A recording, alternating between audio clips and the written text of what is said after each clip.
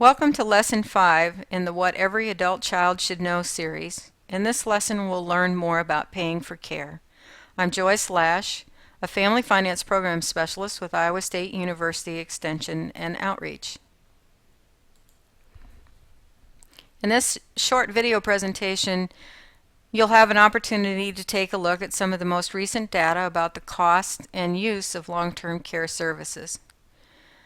The lesson includes links to other reading materials, as well as 4 videos. Those videos contain information about tools available to families to fill the gap between assets and actual costs. They will include information about Medicare and Medicaid services, long-term care insurance, reverse mortgages, and some options available now utilizing life insurance. So let's get started.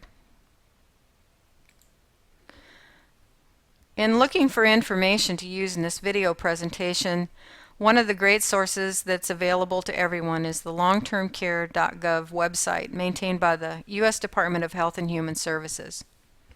It includes not only costs but also information that defines or answers questions about long-term care. For instance, you can learn there that long-term care can range from assistance with daily routines on a part-time schedule to 24-hour care with medical assistance.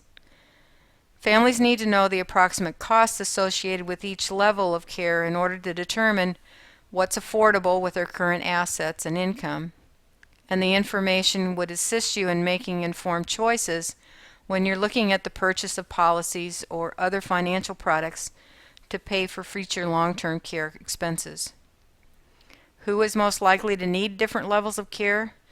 That can't very easily be determined, but we'll look at some averages related to length of stay, gender, and family history that could help project what those kinds of care might be for you or your family members.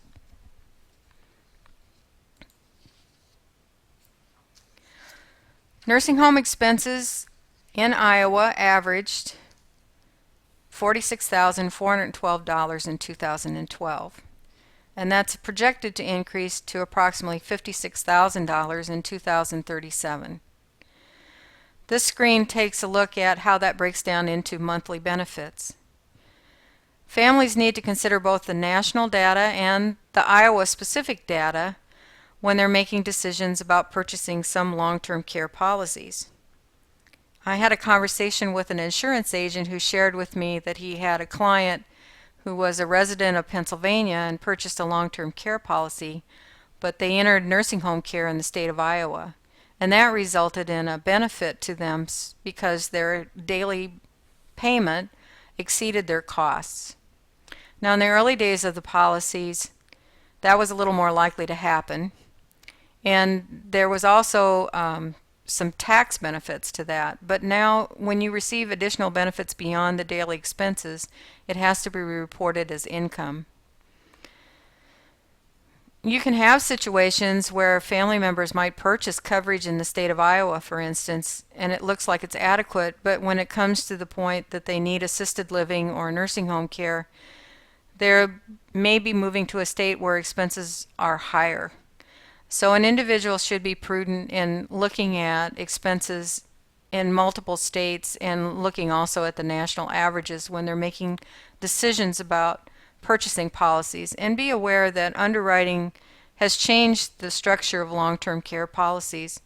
So it's important to take a look at the fine print in regards to what benefits you'll receive and how they may be adjusted over time.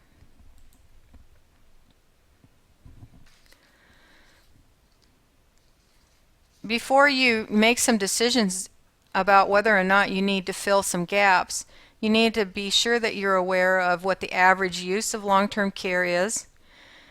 If we had a crystal ball, we could say that this individual is going to need coverage for 5 years and that person will only need it for a year.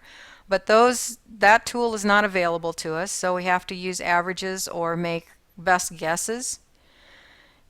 You'll note on here that only about a third of individuals will ever need long-term care and that the average nursing home stay is only 1 year. So that might help you with some decisions about whether a person has adequate resources to cover the care if they should need it. And it also will give you some idea about what kind of features you need to look at in policies like long-term care insurance that you're purchasing. And it might be a way to control your premium costs in the coverage selections that you make.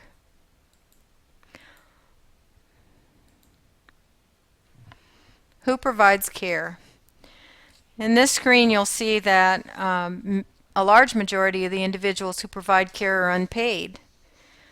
There are many policies out there who will define who can be paid, and some of them require that a person be in a nursing home before they can pay benefits.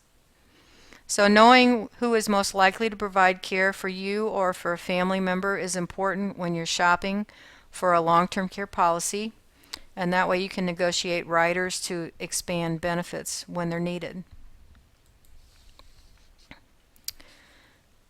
Age is the most obvious reason that individuals will need some kind of assistance with daily routines or medical care, but there are some other data which is also an indicator that this is an important area for them to visit. Disabilities obviously create more challenges for individuals. Women live 5 years longer than men, so they have a larger window of opportunity for needing assistance. Individuals who live alone, couples many times can compensate or provide care for each other for a little longer period of time. And then, of course, family history needs to be considered. And that includes things like employment history, lifestyle choices, and medical family risk factors. Individuals need to be aware that if they delay purchasing long-term care and some of these genetic situations have arisen, they may be denied coverage. So all those factors should be looked at when you're looking at long-term care. Again, the source of information for this data was the longtermcare.gov Department of Health and Human Services website. I encourage you to take a look at the other materials that are available in the lesson, and please feel free to contact me if you have additional questions about the content. Thank you for joining me.